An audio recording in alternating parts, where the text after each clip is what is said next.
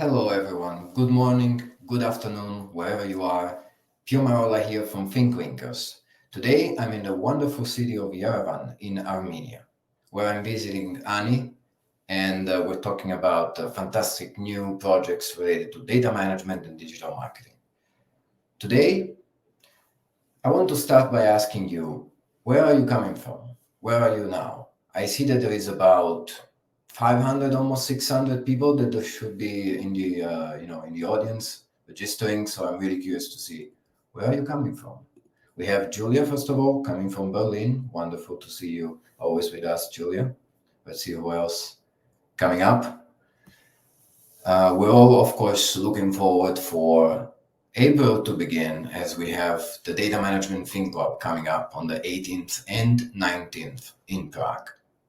We will meet amazing thought leaders, data management titans, really, that will inspire and share stories coming from their own experience and from the best practices in the world of data management, data analytics, generative AI, and of course, always taking into consideration business cases and practical examples of how to use it.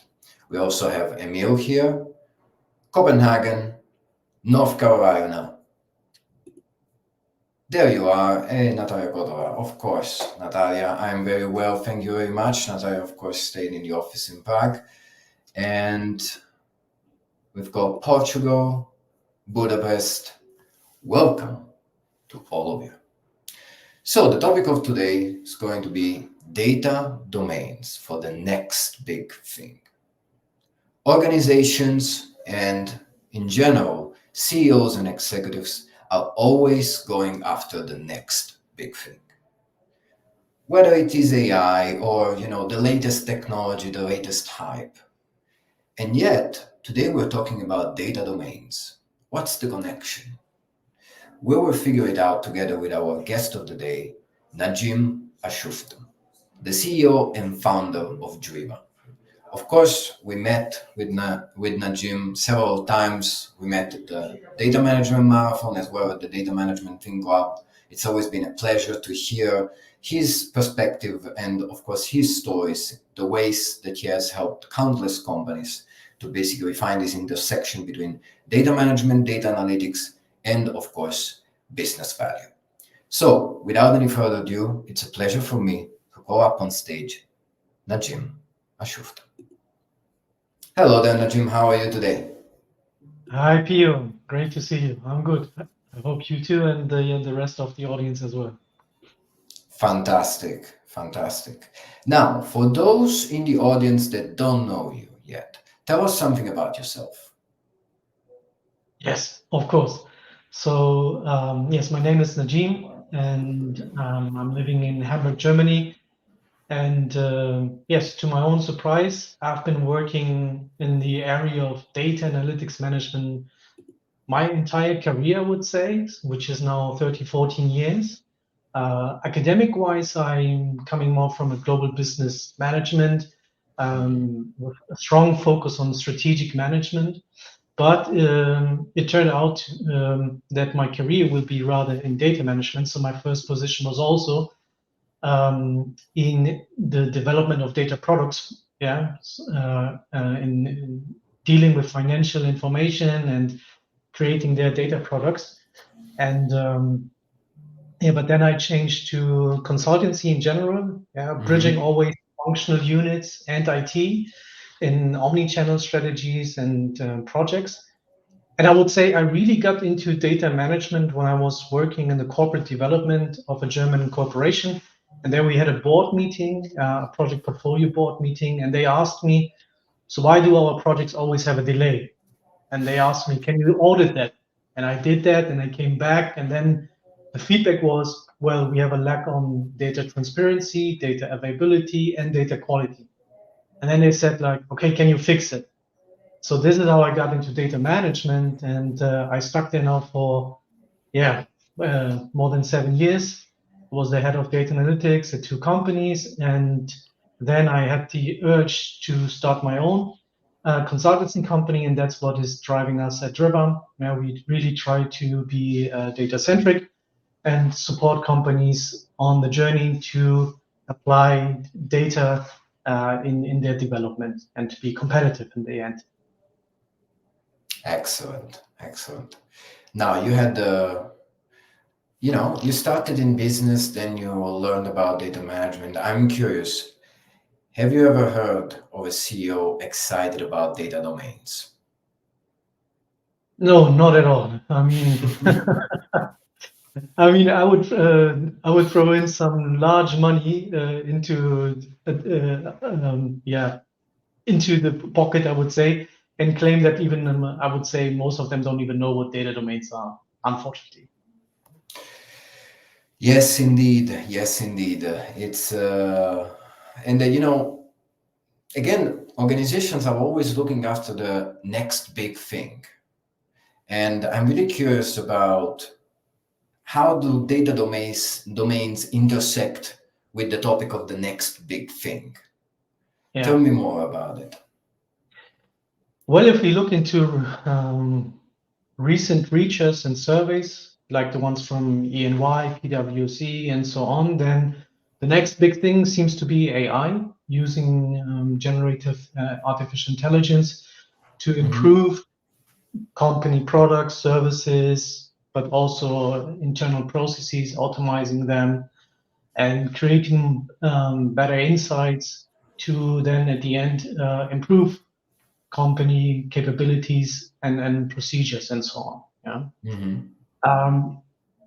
If we look into the survey of E&Y, then 90% of CEOs are really now investing in the topic of AI, but there's always a but heavily into the technology area of that.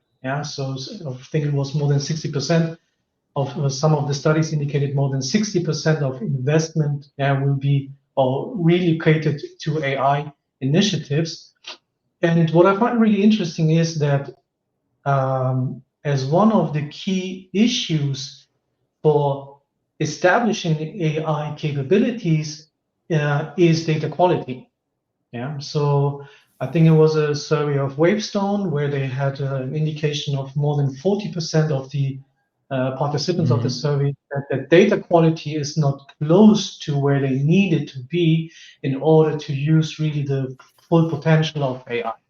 So we talk about data quality, then we talk immediately about data management, and when we talk about data management, then we are in the area of setting up data domains, which at the end are also there to improve the availability and quality of data. Okay. And so why do we need them? It sounds like something fundamental within this discussion of going after the next big thing. Yeah, it is fundamental. And I mean, at the end of the day, and that's what maybe also the benefit of my vita coming very from a business and strategic point of view. If we consider a company and what it wants to do, then it is best visual in their competitiveness and their core competences and capabilities. So if we say now that technology advancement and development has a share or has an impact on that, then we need to combine these two aspects more strongly. Data domains or data itself is the bridge in a way, because I need the data to for my activities, for my procedures, and for delivering the competence advantage or core competences that I have within my company. So in the past, when we looked into the use of technology, we did it very strongly from a pure technological or IT angle.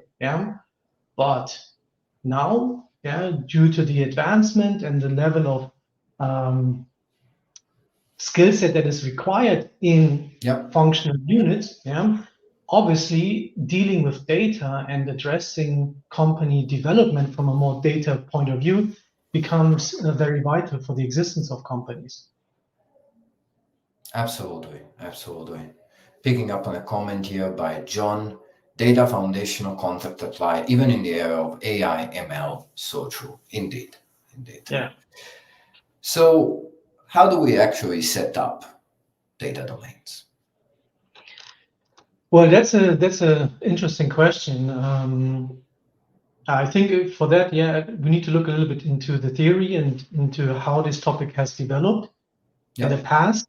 As I said, it was strongly a topic that was handed over to the colleagues from my team.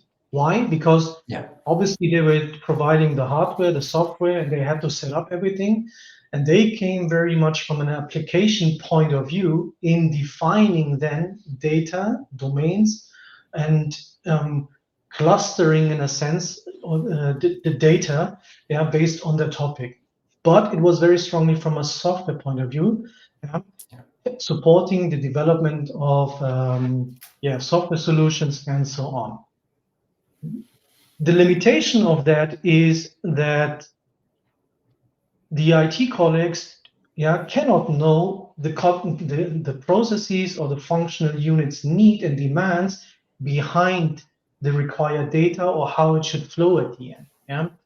So now also, especially if we talk about data mesh and that we want to have a more federated accessibility and sharing the data, it is a topic where it is shifting more and more into the area of functional units or addressed more from a business point of view. So when we agree that IT applications are not the main criteria for setting up domains, because also they can easily be substituted by another software solution or and so on, then we need something that is more stable, and something that is more stable than technological IT or coming from the IT is again the view of capabilities. Again, a company at the end wants to be competitive, wants to have an advantage against its rivals. So looking at the company from a capability point of view and then defining very on a high level, on a business level, what capabilities do we have and how do they fit together is a good starting point. Also, let me add here, it has the advantage that you do not consider organizational limitation and structures here. So there's always a kind of pitfall if you come too strong from your organizational structure that you end up in silos. And therefore, coming even from a higher level and engaging here with your enterprise architects or even with colleagues who have maybe corporate development and then looking with them into the value chain of your company is a really good starting point for defining data domains. Okay, very good. So basically, there should be more collaboration in setting them up, essentially, because they need to be in line with the business requirements. They need to be very much in line with that. And what about responsibilities? How do you set up responsibilities when setting up data domains? Then that is a question which always really depends on the company itself, on the size, on the structure, on the culture of the company, because you can have there also different approaches. There is no one fits all approach, but in general, I would say that if we define data domains and the roles that we need, then we obviously look into the roles of a data domain owner. Someone who is willing, that's important, who is willing to take over the accountability of agreeing on data term definitions across the entire company with everyone that has an interest on the data in their, let's say, bucket, data domain. So the domain owner is here, I would say, someone or a role that is of high importance. But in addition to that, you need more people on roles on the responsibility level, which would be then a data definition owner, who is then accountable for definition or the definition of the data that is within the domain, and the data steward who is aligning on an operational level with process responsibles, IT colleagues, project members, and so on the data that they need and how the data needs to be. So I would say these two roles are of high importance. Very good, very good. Going back to the initial question I asked you about, whether CEOs are excited about data domains. Sometimes this can be the problem, right? And what you're describing, of course, makes a lot of sense for people that understand the value of data. But what about the CEOs or the executives that are looking a little bit too further away? They're looking into the next big things or the hyped things, and they do not understand the value of data domains. How can you change this mindset? How can you influence and how can you make that happen? I mean, it is a very abstract topic, and there's a lot of, we could stay in this call for hours and we would still possibly have areas that we could touch on and go deeper into the conversation. At the end of the day, I think what is important is that you take the highest use cases that a C-level member has in mind, and then you break it down in a structure where they can identify how data domains and the benefit of having domains is basically supporting the interest of the company strategy. So you have to link the setup of your data domains to a data strategy that is supporting a company or functional strategy.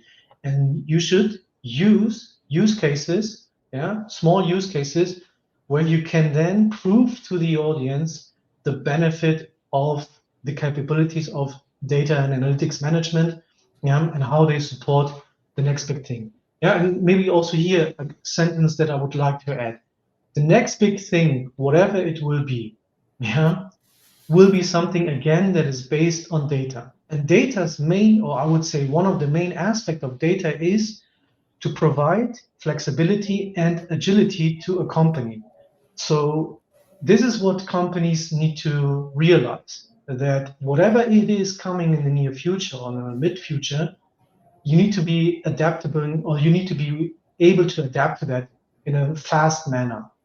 And having, therefore, the foundation with data management and a federated data domain structure, such as data mesh, also promoting it, is, I would say, not a competitive advantage these days anymore. It's a critical success factor. And necessity, really. Indeed, I completely agree with you. And we have seen over the last few years the ability to adapt and to adapt fast, and the ability to have the correct basis for correct decision making. They are indeed crucial aspects, and I fully agree with you. Bringing up use cases that help people understand in a concrete manner what are data domains for is very useful, because they are indeed dry topics. They are indeed abstract topics. What are data domains? They do not provide an the immediate spark of magic, let's say, that generative AI provides and shows to the CEOs. Let's put it like this. What do you think? Definitely. I fully agree with you. And that is maybe something of the main, I would say, also challenges that you have to face if you want to use Gen AI, if you want to be more data product driven and so on, and base your decision making on data products, is the level of understanding, the skill set and the mindset required to adapt to these notions. And therefore, again, if we talk about setting up data domains, and it is of highest importance to have roles dedicated to then, based on use cases and so on, to take then the stewards, domain owners, and so on along the journey with them, and educate them in this skill set and responsibilities that they're gonna have.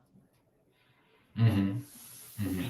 So having that said, the number of data domains a company will start will not remain the same over years. Due to the level of maturity and understanding, this will change. Yeah? So I would say if someone wants to set up data domains within the company, they shouldn't look for the perfect 100% fit. Yeah?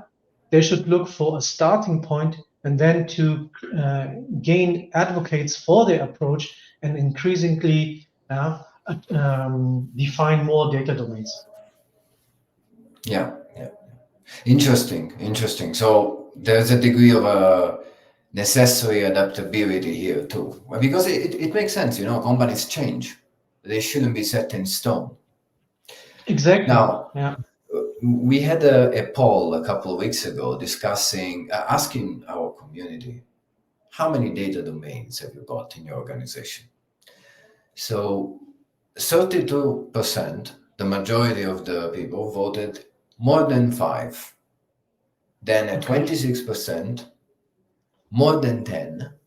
And then 26% as well, more than 20. And then 15% answered, what is a data domain? But let us talk about it. What do you think? Because all these answers are quite close to each other, right? You've got a slight majority of 5 plus, but then 10, more than 10 and more than 20 are, they have the same 26%. What do you think about that? Well, it's an interesting result at the end of the day. And without knowing the companies, the size, how internationally operative they are, and the products and so on. Yeah, I would say based on my experience, having a number of 5 or around 5 data domains sound to me very low, because that means that you have your domains probably quite strongly defined based on your core applications, and therefore you have quite big data domains. The question would be here how they have structured on the subdomain level, to have more tangible possibility to deal with the subdomains. But it sounds for me that they are very application driven. Yeah. About the ones who have more than 20, that is also quite an interesting number. Again, based on my experience, this is hard to manage, because imagine you are a central data management or D&I team, So in order to continuously improve the data and the data quality, you have to engage with your data domains. So that means the data governance manager, for example, has to meet with every data domain and look into their definition of data, the improvement of lineage activities, data quality, and so on. Now, you as a data governance manager, if you have to deal with more than 20 domains, and you have to meet up with them and you have to monitor their activities and collaborate with them, and they also have to work with each other, that's a quite intense level of communication and collaboration required. So that is one aspect. The other aspect is that if I have such a high number of domains, I could cluster them more. And they are the way they are at the moment, maybe because of more silo structures. So my data domain, and I don't want to share, or I'm the only one responsible. So this is something that we see quite often because of the lack of trust and not having really understood the concept of data domains and federating here also the data itself. So long story short, I would say that a number somehow between or something close to 15 is actually a good fit. It's a good fit. Also from a point of view to govern it, also from a point of addressing the issues and ensuring that, as I said, the company strategy is fitting to the data domains, and the data domains can pick it up and really deliver value to the company capabilities that they have. Very good. And just as you said, one size does not fit all. So that is probably why we see such almost an equal number of answers for each domain, basically number. Yeah. Very good. Very good. Now, moving on about approaches to change this mindset about silos, okay, in the organization, because I'm sure that everyone in the audience has this issue, knows about what we're talking about, with every department being, particularly jealous about the data that they have and the stuff that they do. What is some of the argumentations that people can use in order to change that in the organization? Well, again, it comes down to identifying use cases and linking, identifying use cases that really support the company strategy and objectives. Translating them into tangible data outcomes or benefits, and then dealing with them, and finding a small number of people who are willing to engage in those use cases and to provide within the company success stories. I think that is very important, because I agree.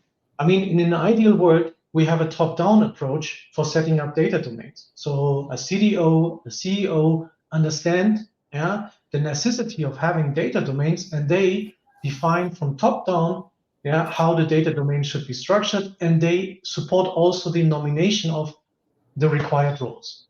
That takes maybe for them a long time, and maybe not everyone is willing to it. So what you do is you come up with a bottom-up approach in addition to an ideal top-down approach, which are the use cases, and then you can engage on these use cases with them on the topics. And also, I would link, that's what we do quite often within our projects at the companies. We link quite strongly data management and analytics or AI initiatives together. Having a complete overview of the value chain from data sourcing until data usage.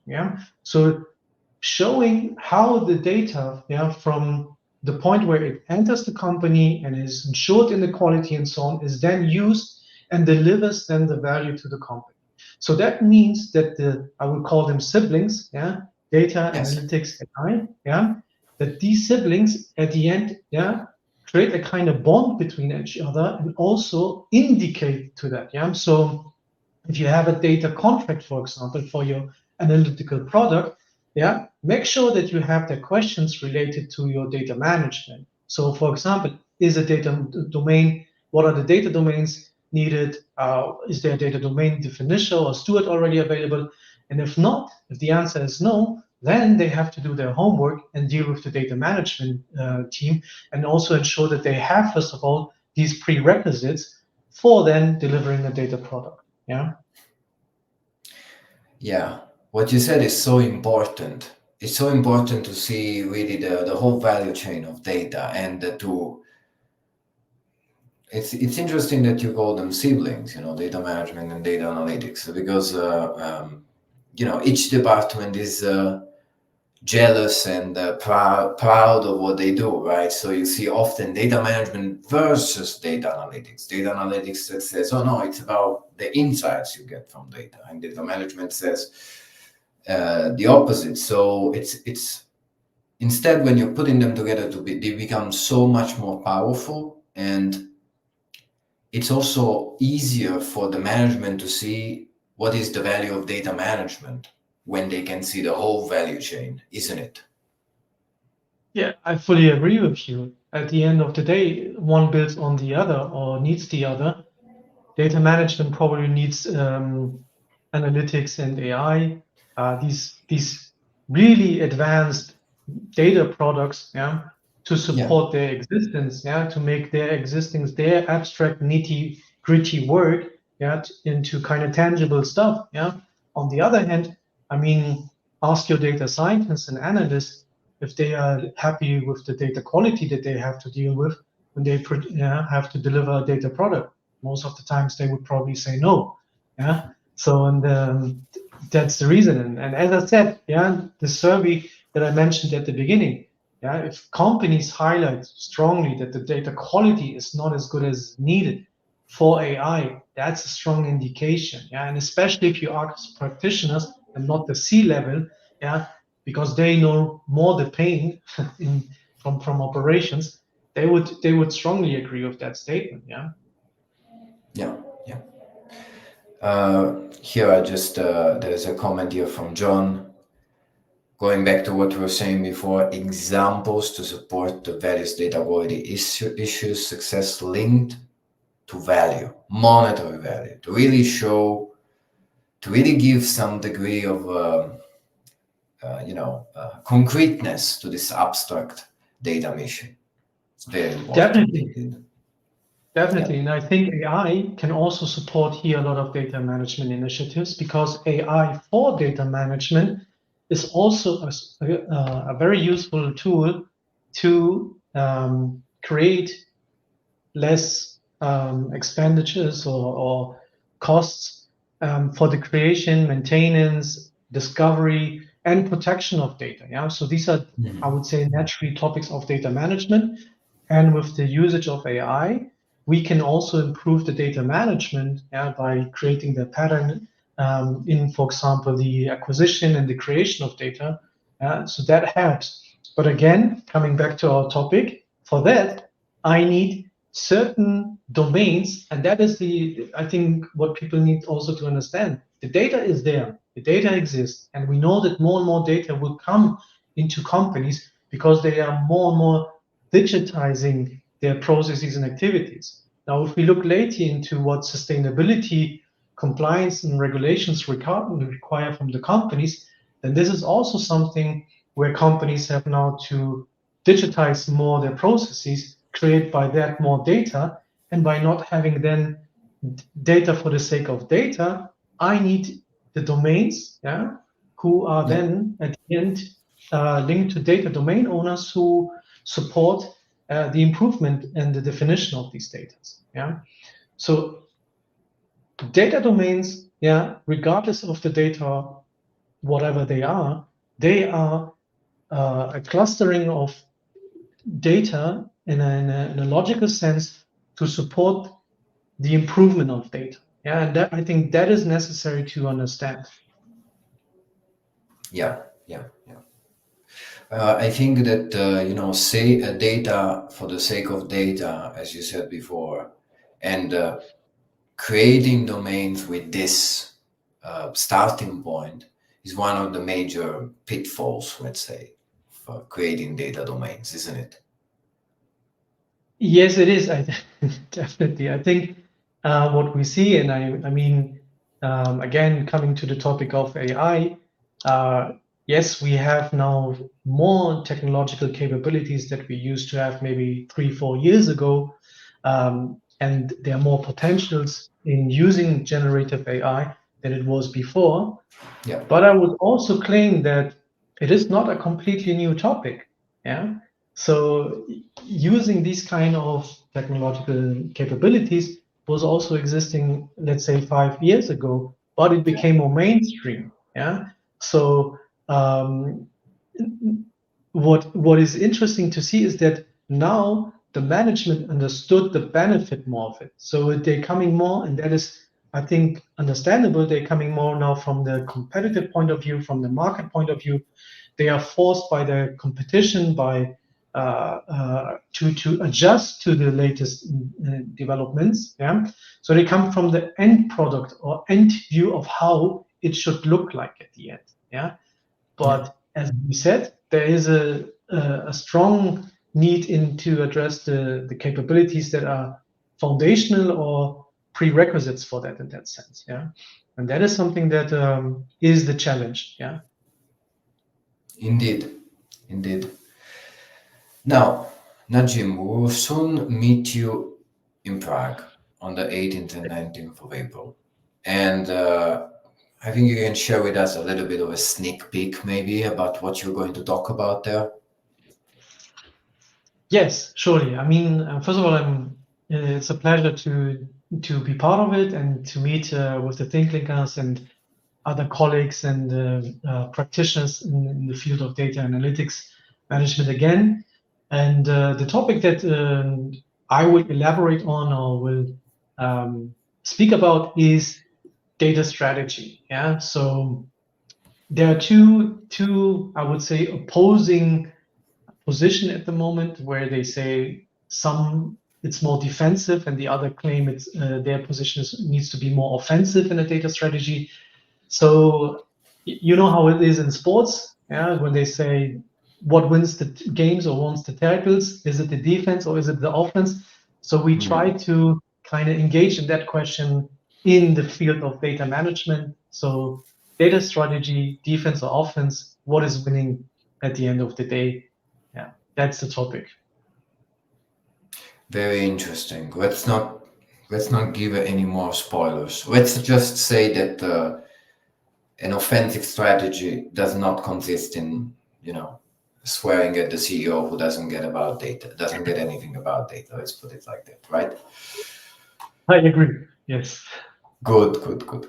All right, very good. I'm really looking forward to hearing about that. And let's try to summarize a bit about, and really leave our audience with some actionable things that they can do right now to set up data domains in the proper manner, or to communicate with the rest of the organization and create the foundations for the proper setup. Because as we said before, there is no magic number for data domains. There is no magic formula.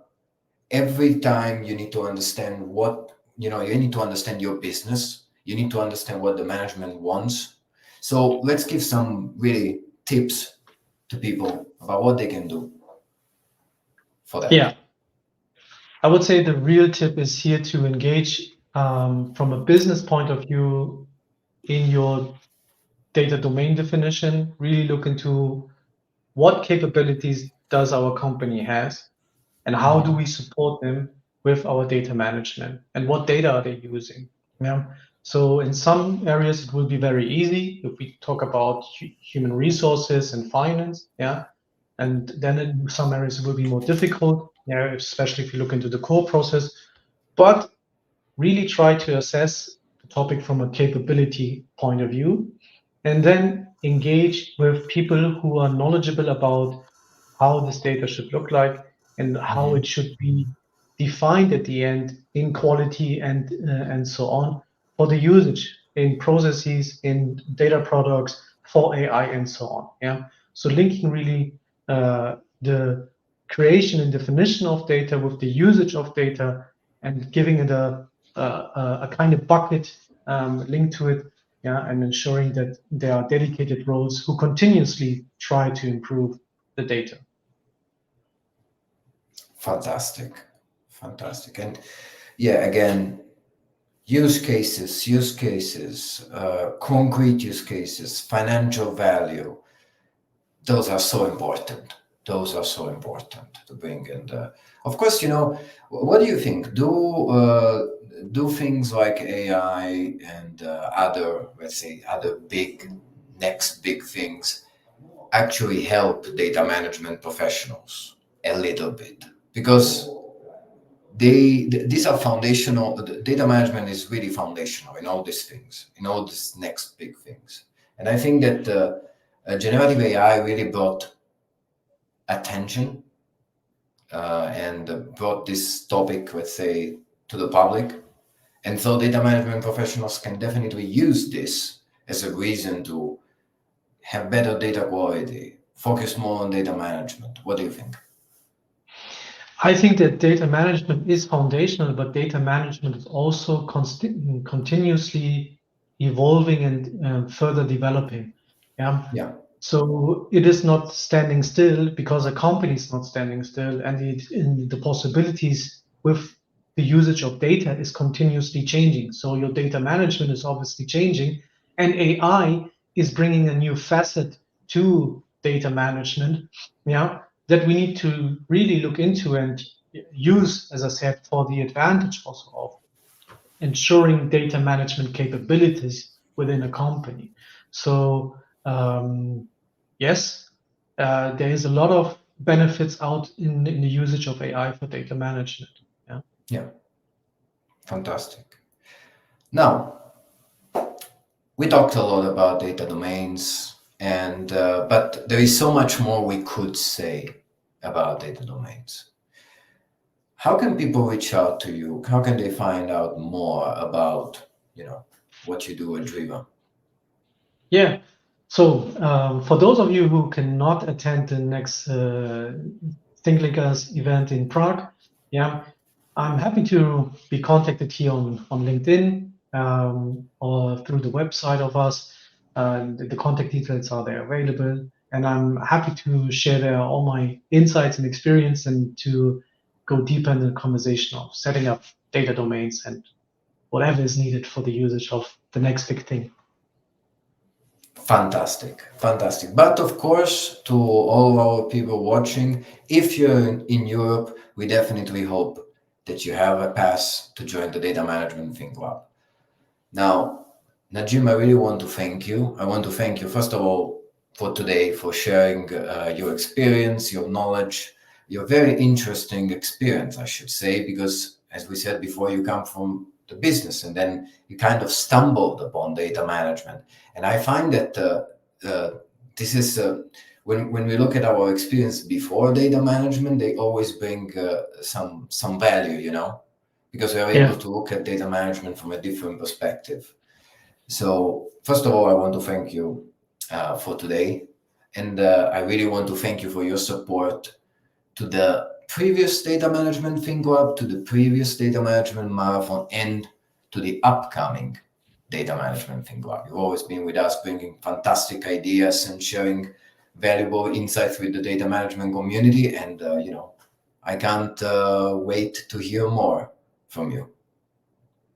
Thank you, Pio. I can just return the comments. Always good to collaborate with you and to share insights with you. And you're a very loyal group of practitioners and data enthusiastic members. Yeah.